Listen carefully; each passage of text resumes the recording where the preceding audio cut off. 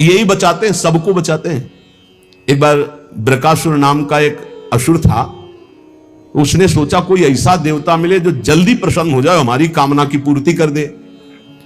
तो देवर्षि नारद जी मिल गए। नारायण नारायण नारायण। देवर्षि नारद जी को, देवर्षि नारद जी एक ऐसे महात्मा है जिनको कोई द्रोह नहीं करता। त्रिभुवन में कंस भी एकांत में बैठालकर सलाह लेता है, हिरण्यकश्यप भी उठकर आदर करता। कोई भी हो त्रिभुवन में, देवर्षि नारद जी से कोई नहीं, जिसको मिलेंगे बिल्कुल पक्की सलाह बताएंगे। कंस ने स्वागत किया, बैठाला और कुशल मंगल। हाँ प्रभु, पूरा प्रजा राज्य सब कुशल मंगल है। अभी अभी की बात है, वो वसुदेव जी आए थे लड़के को लेकर, हमने वापस कर दिया कि हमें तो 8वां से भय है। नहीं नहीं, गड़बड़ है। कमल उठाया, कहा देखो यहां से गिनो, 1 2 3 4 5 6 7 8, आया ना 8वां? पहला आया ना, कि दूसरे शुरू किया, हर 8वां हो सकता है। उनको लगा कि नारद जी जैसा कृपालु कौन हो सकता है, और नारद जी को लगा ऐसे ये दया करेगा तो भगवान के अवतार में देरी हो जाएगी, क्योंकि 8वें में आना है, और जब तक ये दया करेगा तब तक भगवान विकल नहीं होंगे, इसको क्रूर होना चाहिए, क्योंकि भगवान का अवतार शीघ्र हो। हर कमल की पंखुड़ी को 8वीं बता दिया, हर बेटे को 8वां बता दिया, तुरंत मुलवाया। नारद जी एक ऐसे महात्मा है जिनको सबको ही आदर करता है। बृकासुर ने देखा, साष्टांग दंडवत हुआ, नारायण नारायण। महाराज कोई ऐसा भगवान बताओ जो बहुत जल्दी प्रसन्न हो जाए। बोले वो तो शास्त्रों में प्रसिद्ध है, आशुतोष, देवाधिदेव महादेव, उनके आशुतोष, वो ऐसे देवता है बहुत जल्दी प्रसन्न हो जाते हैं, और कोई सेव संतरा की जरूरत नहीं भाई। देवाधिदेव महादेव देख लो, कोई देवता ऐसा भोग नहीं पाएगा, त्रिभुवन में कोई देवता नहीं ऐसा भोग पाएगा जैसा देवाधिदेव भगवान शिव एक चुल्लू जल में प्रसन्न। ऐसे ऐसे कृपालु हैं कि जो कोई सृष्टि में ना स्वीकार करे, वो स्वीकार करने के लिए तैयार, उतने में प्रसन्न हो जाते हैं। बोले आशुतोष देवाधिदेव महादेव हैं। और वो सोचा कि मंत्र और ये आराधना हमसे तो बनेगी नहीं, आसुरी प्रवृत्ति है। तो अग्नि को प्रकाशित करके अपने शरीर का मांस नोच नोच करके स्वाहा, भगवान शिव का मंत्र जपता तो स्वाहा। भगवान शिव बड़े कृपालु के, बेकार को ऐसे, हम तो एक चुल्लू जल में प्रसन्न हो जाते हैं, इतनी भगवान शिव प्रसन्न हो गए। कर्ता को जाने नहीं, हम ये बता रहे। भगवान शिव ने कहा, काहे को तुम इतना कष्ट सह रहे हो, क्या चाहिए तुम्हें? तो माता जी के सहित प्रकट हुए थे। माता जी त्रिपुर सुंदरी, असुर है ना, राक्षस, तो इसकी बुद्धि तो राक्षसी ही रहेगी। भगवान शिव की तरफ देखा, माता जी की तरफ देखा। उसने कहा, प्रभु मेरी इच्छा है कि मैं जिसके ऊपर हाथ रख दूं वो भस्म हो जाए। भगवान शिव बिना विचार किए बोले, तथास्तु, ऐसा ही हो। जे भी ऐसा कहा तो उसने सोचा परीक्षा के लिए भगवान शिव के ऊपर हाथ रख के देखे ना, इन्हीं का वरदान इन्हीं को। भगवान शिव के ऊपर ऐसे जो हाथ कर भगवान भागे, क्योंकि जानते थे कि सत्य है, रख देगा भस्म हो जाएगा। शरीर तो भाई भगवान ने ही आदेश और वो वर दिया है, उन्हीं के बल से भागे, वो भी पीछे भागे। माता जी खड़े लीला देख रहे हैं। भगवान शिव जब पीछे देखे तो दौड़ के पीछा बस हाथ ही रखने का। भगवान ने कहा कहां तक भागेंगे? तो कर्ता को याद किया। कर्ता कौन है? हरि। हरि को याद किया। जो ही याद किया तो आ गए ब्रह्मचारी के रूप में, और भगवान शंकर से इशारा किया, चैन की सांस लो, अभी इसका हिसाब करते हैं। नजदीक गए, बोले प्रणाम बृकासुर जी। इतना प्यार से विश्व में कोई नहीं बोला था, वो तो असुर था। प्रणाम बृकासुर, अमृतमय वचन और ऐसा आकर्षण और ऐसे कमल नयन और ऐसी चितवन को खड़ा हो गया। बोले बृकासुर जी, यदि आपको मेरे सहयोग की आवश्यकता हो तो सहयोग से बड़े बड़े काम बन जाते हैं, आप क्यों भाग रहे हो इनके पीछे? बोले इनके ऊपर हाथ रखने, तो तुम्हारे हाथ में कुछ है क्या जो रखना चाहते हो? बोले वरदान दिया है शिव जी ने कि जिसके ऊपर हाथ रख दोगे वो भस्म हो जाएगा। अरे बोले अभी तुम्हें विश्वास है? दक्ष ने साप दे दिया था, इनके पास कोई ताकत नहीं रह गई। तुम हाथ रख के अपने ऊपर देखो, अगर झूठा निकलेगा ना तो दोनों मिलकर के। हाँ ये बात तो पक्की है। एक सेकंड में हिसाब कर, हरि है हरि। एक सेकंड उसको यह समझ में ले आए कि अगर हाथ रखा सच्ची हुआ तो कौन बताएगा आके इनको। जो ही ऐसे किया सो क्षण में भस्म हो गया, राख हो गया।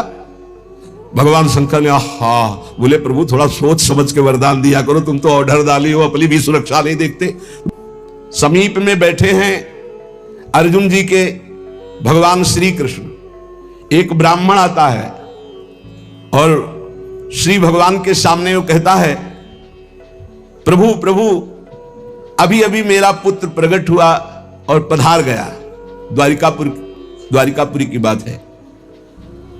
प्रभु पैदा होते ही मर गया, ऐसा तो कभी नहीं हुआ कि पुत्र पिता के सामने मर जाए, ये तो धर्म रहित बात है। और अपने बालक को भगवान के सामने से राजमहल के द्वार पर रखता है और विलाप करके बड़ी आतुरता पूर्वक कहता, संदेह नहीं कि इस समय पृथ्वी में ब्रह्म ऋषियों का द्रोह करने वाले लोग पैदा हो गए हैं, धूर्त कृपण पापी लोग बढ़ गए हैं, कर्म दोषी हो गए हैं। इसीलिए ये काल उल्टा चक्र चला रहा है कि पिता के सामने जन्मा हुआ पुत्र मृत्यु को प्राप्त हो रहा है। ये राज हिंसापरायण दुश्शील अजितेंद्री प्रजा को दरिद्री कर रहे हैं, कर ले ले करके दुख पर दुख प्रजा भोग रही है। इसीलिए ये हमको सामने महान संकट देखना पड़ा। अधार्मिक राजाओं के होने के कारण मेरा पुत्र मेरे सामने मरा, ऐसा काल व्यतिक्रम है, नहीं होना चाहिए था। इस प्रकार बोलकर चला गया। फिर दूसरा पुत्र हुआ तो फिर मर गया, फिर बोल के चला गया। तीसरा पुत्र पैदा हुआ, फिर मर गया, फिर वैसे ही बोल के चला गया। जब नवें बालक के मरने पर वो वहां आया तो अर्जुन जी ने कहा, ब्राह्मण सुनो, इस निवास स्थान द्वारिका में ऐसा लगता है कोई धनुषधारी छत्री नहीं है। बार बार तुम यहां रोकर चले जाते और कोई नहीं बोलता कि मैं तुम्हारी रक्षा करूंगा। मैं समझता हूं इस समय तुम बड़े संकट में हो, बड़े दीन हो रहे हो क्योंकि तुम्हारे पुत्र मर रहे हैं। मैं प्रण करता हूं तुम्हारे पुत्र की रक्षा करूंगा, कर्ता को जाने नहीं। भगवत ऋषि जी कह रहे हैं, अरे उनका जाओ, तुम बात क्या बनाते हो, तुम क्या पूर्ण करोगे? जब ये श्री कृष्ण और बलराम बैठे हैं तो तुम क्या पूर्ण कर लोगे? अर्जुन से कहा तो वो कह रहे हैं, मैं कोई संकर्षण नहीं हूं बलराम जी, और मैं कोई कार्षणी कृष्ण नहीं हूं। मैं गांडीव धनुषधारी अर्जुन, जो बोलता हूं वही करके दिखाता हूं। यहां दो भाव निकलते हैं कि देखो भाई, मैं कोई कृष्ण बलराम तो हूं नहीं, उनका दास हूं। तो भगवान अपने प्रण को चाहे भुला दे, लेकिन दास के प्रण का निर्वाह करते, इसलिए मैं प्रण लेता हूं कि मैं तुम्हारे पुत्र की रक्षा करूंगा। और एक भाव ये होता है कि मैं कोई कृष्ण बलराम नहीं हूं, मैं गांडीव धनुषधारी अर्जुन हूं, जो प्रण लेता हूं उसे पूर्ण करता हूं। ब्राह्मण देवता, यदि मैंने तुम्हारे पुत्र की रक्षा नहीं की तो चिता लगाकर तुम्हारे सामने भस्म हो जाऊंगा। मैं अधिक क्या कहूं, अगर मृत्यु भी सामने आएगी तो मैं जीत कर तुम्हारे पुत्र की रक्षा करूंगा, मैं वचन देता हूं। तब ब्राह्मण ने कहा, जय हो कुंती नंदन अर्जुन, तुम्हारी जय हो भाई, धन्य है, तुम्हारा बल पौरुष प्रशंसनीय है। अब मैं जा रहा हूं, जब बालक होने को होगा तो मैं तुम्हें सूचना दूंगा। फिर समय आया प्रसव का, ब्राह्मण भागता हुआ आया, अर्जुन अर्जुन, इस बार तुम मेरे बच्चे को बचा लो, मृत्यु से बचा लो। अर्जुन तत्काल गए, आचमन किया, भगवान शंकर का ध्यान करके प्रणाम किया, श्री कृष्णचंद्र की तरफ देखा भी नहीं, कर्ता को जाले ले यही बात समझा रहे हैं, समझो। और दिव्यास्त्र का स्मरण किया और गांडीव पर प्रत्यंचा चढ़ाई और ऐसा बाणों का हाहाकार मचा दिया कि वायु भी प्रवेश करेगी प्रसव गृह में तो अर्जुन की आज्ञा से प्रवेश करेगी। दिव्यास्त्रों से पूरा बांध दिया, मंत्र से अभिमंत्रित करके प्रसव गृह को चारों ओर से घेर दिया, ऊपर नीचे दाएं बाएं, ऐसा पिंजड़ा और दिव्य मंत्रों के द्वारा। पहले तो कम से कम बालक पैदा होकर के रोता फिर मर जाता था, अब पैदा हुआ ना तो सौ मिला ना आवाज सुनाई दी, गायब हो गया। पहले तो कम से कम लाश तो मिलती थी, रोता तो था फिर मर जाता था। अब वो ब्राह्मण अर्जुन से कहने लगा कि मेरी मूर्खता देखो, इस नपुंसक की बात में मैं आ गया। हाँ, अरे जहां श्री कृष्ण और बलराम नहीं रक्षा कर पाए, इसकी डींग भरी बातों पर मैंने विश्वास कर लिया। ना प्रद्युम्नो ना अनिरुद्धो न रामो न च केशवा यस्य सेको परित्रातुम कोन्यस्तद वितेश्वरः। कौन ऐसा है जहां श्री कृष्ण बलराम प्रद्युम्न और अनिरुद्ध नहीं रक्षा कर पाए, वहां और त्रिभुवन में कौन रक्षा कर सकता है? मिथ्यावादी अर्जुन को धिक्कार है, अपने मुंह से बड़ाई करने वाले गांडीव धनुषधारी अर्जुन को धिक्कार है। दुर्बुद्धि मूढ़तावश कहता था कि मैं तुम्हारे बालक की रक्षा कर लूंगा। अब ब्राह्मण तो क्रोध में, देखने को मुंह नहीं मिला लड़के का, पैदा हुआ गायब। अर्जुन ने कहा, ब्राह्मण मेरा अपमान मत करो। तत्काल योग बल से यमपुरी गए। भगवान धर्मराज जी ने देखा कि अर्जुन पधारे, बोले इस समय अर्घ पात्र लेने का हमें अवसर नहीं है, हमें यह बताओ कि वो जीवात्मा तुम्हारे यहां आया है? बोले हमारी पुरी में नहीं आया। विचार किया कि कहां चला गया, जब यमपुरी में नहीं आया इंद्रलोक, अग्निलोक, नैऋति, सोम, वायु, वरुण सबकी पुरियों में गए। अतल नीचे, अतल, सुतल, पाताल, तलातल, महातल, इन लोकों में गए। ऊपर के जनलोक, महालोक, तपलोक, ब्रह्मलोक, कहीं भी ब्रह्मा की जितनी रचना सब घूम डाला अर्जुन ने, कहीं वो जीव नहीं मिला। अब आए, अब भगवान श्री कृष्ण की तरफ देखा, प्यारे प्रणाम, अब जा रहे हैं भस्म होने हम चिता में। यही जीव की दशा है, जब सब जगह से हार जाता है तब बोलता है हरिश शरणम। पहले नहीं चितवन किया कि प्रभु, तो प्रभु समझा देते। प्रण लेने से लेकर अभी तक भगवान की तरफ नहीं देखा कि रुख क्या है। अब जब चिता में जलने का नंबर आया तब केशव प्रणाम आखिरी स्वीकार करो। तो भगवान ने कहा किस बात का? बोले वो प्रण है ना, तो चिता में जलने जा रहे। तो उनका तुमने अभी पूरे बल का प्रयोग कहां किया? ध्यान दीजिए, तुमने अभी पूरे बल का प्रयोग कहां? तुम्हारा पूरा बल तो मैं हूं। मुस्कुरा दिए अर्जुन, यही हमसे गलती होती है। हमारा बल कौन है? आराध्य देव। हम अपने बल की डींग हाँकने लगते हैं, उन्हीं के बल से मिले हुए बल से हमारा पूरा बल श्री भगवान है। देखो अर्जुन, तुम्हारा बल मैं हूं। जिस समय ये तुम्हारी निंदा कर रहे हैं यही सब लोग प्रशंसा करेंगे और तुम्हारे यश की कीर्ति की स्थापना होगी। ए करें करावें आप सब, जने बढ़ाई दे, मान लो कर्ता को जानू कौन है। सर्वशक्तिमान भगवान जे भी चिंतन किया, भगवान का दिव्य रथ आ गया। भगवान के दिव्य घोड़े, दारुक नाम का सारथी। भगवान ने अर्जुन से कहा बैठो हमारे रथ में। रथ में बैठे, दारुक ने भगवान के नेत्रों की तरफ देखा, इशारा किया, ले चलो। 7 पर्वतों वाले 7 द्वीप, 7 समुद्र, लोकालोक पर्वत, इनको लांघकर घोर अंधकार, इतना अंधकार कि भगवान के दिव्य घोड़े सैब्य, सुग्रीव, मेघपुष्प बलाहक नाम के चारों घोड़े मार्ग नहीं दिखाई दे रहा। तब योगेश्वरों के भी परमेश्वर भगवान श्री कृष्ण ने जब घोड़ों की दशा देखी तो सुदर्शन चक्र का स्मरण किया। हजार हजार सूर्यों जैसा एक साथ तेज प्रकाशित करने वाले भगवान की दिव्य पार्षद सुदर्शन जी आगे चल रहे हैं। घोर अंधकार में सुदर्शन चक्र से ज्योति ऐसी प्रकट हो रही, सब अंधकार नष्ट होता जा रहा, प्रकाश। ऐसे भगवान के सेवक हैं, ऐसे भगवान के दास हैं। सुदर्शन चक्र के द्वारा बतलाए हुए मार्ग से चलकर अंधकार की अंतिम सीमा में पहुंचे। अब अंधकार के पास इतना दिव्य प्रकाश, प्रकाश ही प्रकाश, जैसे घोर अंधकार ऐसे घोर प्रकाश। अब वहां अर्जुन की आंखें चौंधिया गई, विवश हो गए, नेत्र बंद कर लिए, इतना तेज। भगवान वहां भी सामर्थ्य प्रदान करी अर्जुन को और घोड़ों को भी। उस तेज के बाद महान जलराशि, श्याम वर्ण का जल ही जल, अगाध जल, जल पार किया तो तेज आंधी, वायु ही वायु। भगवान की ही केवल सामर्थ्य पहुंचने की और सामर्थ्य रही। अब वायु के प्रवाह में बड़ी बड़ी तरंगें उठने लगी। फिर भगवान ने उसको शांत किया। आगे बढ़े तो एक दिव्य महल, और उस महल में मणियां ऐसी चमक रही थी मानो हजार हजार सूर्य एक साथ प्रकाशित हो रहे। भगवान भगवान है, भगवान जैसा कोई नहीं। चारों ओर बड़ी ही उज्जवल ज्योति फैल रही है। देखा अनंत महिमा से युक्त भगवान शेष जी सैया बनाए हुए, और अद्भुत एक एक सिर पे ऐसे मणि चमक रही, ज्योतिर्मय। प्रत्येक फण पर सुंदर सुंदर मणियां जगमगा रही। 2-2 नेत्र, बड़े ही भयंकर नेत्र, और शेष भगवान का श्रीअंग कपूर जैसा गोरा है।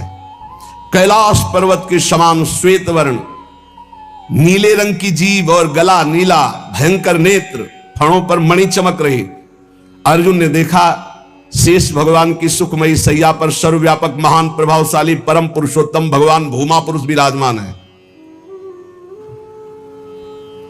अर्जुन बार बार श्री कृष्ण चंद्र जी की तरफ देख रहे हैं। भूमा पुरुष है तो एक ही, ये कहां ले आए? एक तो ये श्री कृष्ण, एक ये श्री कृष्ण, क्योंकि द्वारिकाधीश भी चतुर्भुज रूप और हरि भी चतुर्भुज रूप।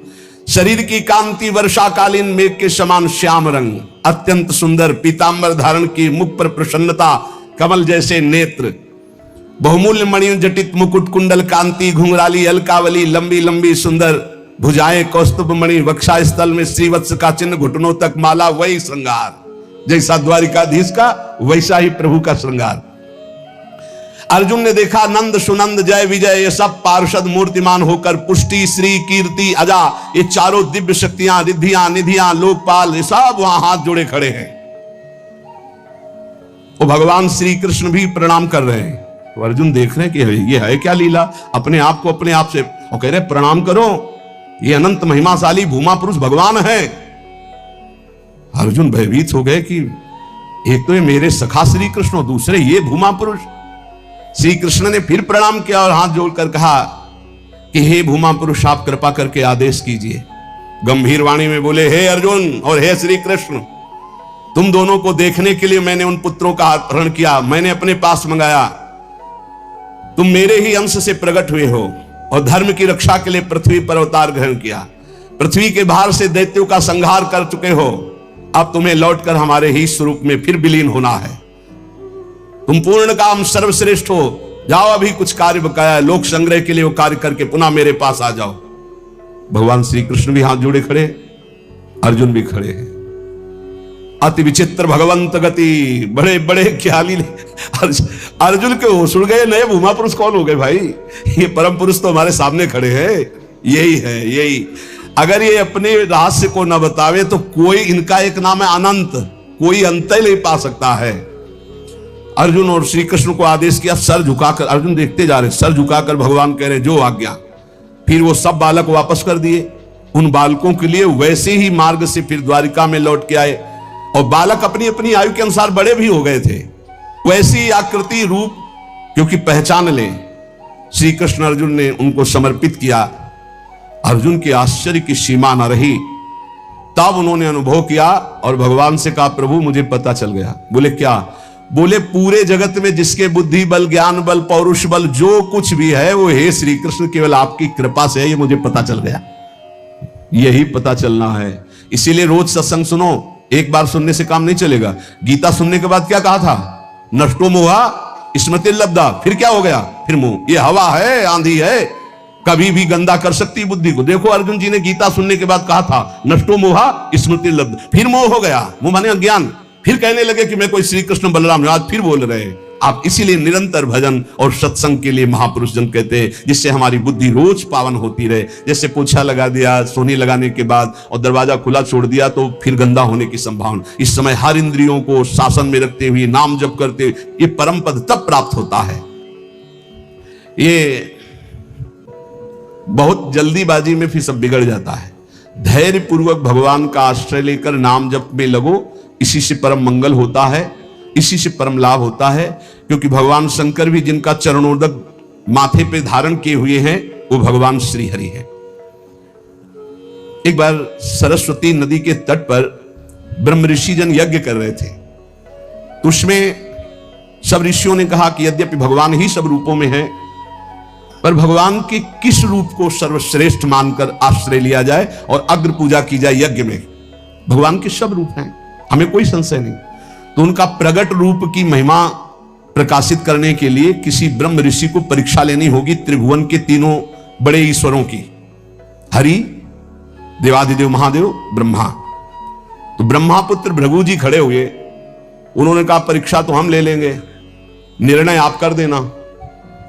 सब ऋषियों की वंदना करके भृगु जी गए और ब्रह्मा जी के सामने ऐसे खड़े हो गए। क्रोध आया कि इतना बड़ा ऋषि होकर और ऐसा अभद्र व्यवहार करता है, पर फिर एकदम भ्रकुटी तो चढ़ी, गुस्सा तो आया, पर शांत हो गए, है तो मेरा ही बेटा। भृगु जी ब्रह्मा जी की तो पुत्र है। ब्रह्मा जी शांत हुए, भृगु जी कुछ नहीं बोले, चले गए। जब कैलाश पहुंचे तो देवादिदेव ने कहा, आओ आओ ब्रह्म ऋषि श्रेष्ठ, आओ तुम्हारा स्वागत है। बोले मुंडों की माला धारण करते हो, चिता की राख लगाते हो और हम तुम्हारे गले लगेंगे। अरे उन्होंने कहा हम तुम्हें ब्रह्म ऋषि मान के स्वागत करें, तुमने ऐसे समझा क्या? उठाया त्रिशूल। भगवान शिव ने कहा तुमने ऐसे समझा क्या? ये हम तुम्हारा आदर कर रहे हैं ब्रह्म ऋषि मानकर, को तुम जो है अवहेलना कर रहे हो। आप मुन्नों की माला पहनते हो, चिता की भस्म लगाते हो, कहते हो आप तुम्हारे गले लग जाएंगे। महादेव जी ने उठाया त्रिशूल, रोक, भृगु जी चल दिए वहां से।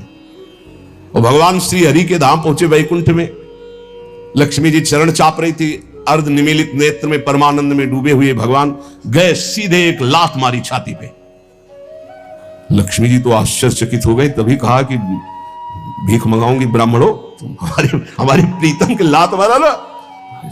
पहले प्राय ऐसे ब्रह्म ऋषि जन जो होते थे ना, व्यवस्था, वेद के अपार ज्ञानी, तप के महाधनी, भोजन की व्यवस्था। लक्ष्मी जी कहते तुम्हारे पास नहीं आएंगी, हमारी प्रीतम को लात मारा है ना तुमने। लक्ष्मी जी तो थोड़ा नाराज हुई और हरि उठ के बैठ गए और चरण दबाने लगे। कहा बड़ा कठोर हृदय है हमारा, आपके बड़े कोमल चरण हैं, अगर मुझे पता चलता तो मैं आपके चरणों की अगवानी करता, मुझसे अपराध बन गया कि मैंने अगवानी भी आपके चरणों की, और चरण दबाने लगे। प्रभु जी के नेत्रों में अश्रु आ गए और कहा प्रभु बस यही देखने के लिए हमको सब ब्रह्म ऋषियों ने भेजा था। यद्यपि आप ही शिव हो, आप ही ब्रह्मा हो, आप ही चराचर जगत हो, पर प्रभु आपका जो करुणा वरुणालय हरि रूप है यही सर्वाराध्य है।